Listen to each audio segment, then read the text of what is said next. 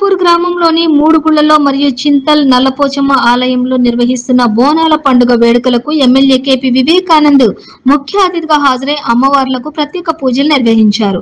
ఈ సందర్భంగా MLA KP Vivekanand మాట్లాడుతూ అమ్మవారి దయతో ప్రజలంతా ఆయురారోగ్యాలతో అష్టైశ్వర్యాలతో జీవించాలన్నారు. ఈ కార్యక్రమంలో జీహెచ్ఎంసీ డివిజన్ల అధ్యక్షులు పుప్పాల భాస్కర్, పోలే శ్రీకాంత్, కుత్బుల్లాపూర్ గ్రామ పెద్దలు బల్వంత్ రెడ్డి, నరసింహారెడ్డి, శ్రీనివాస్ గౌడ్ మరియు తదితరులు పాల్గొన్నారు.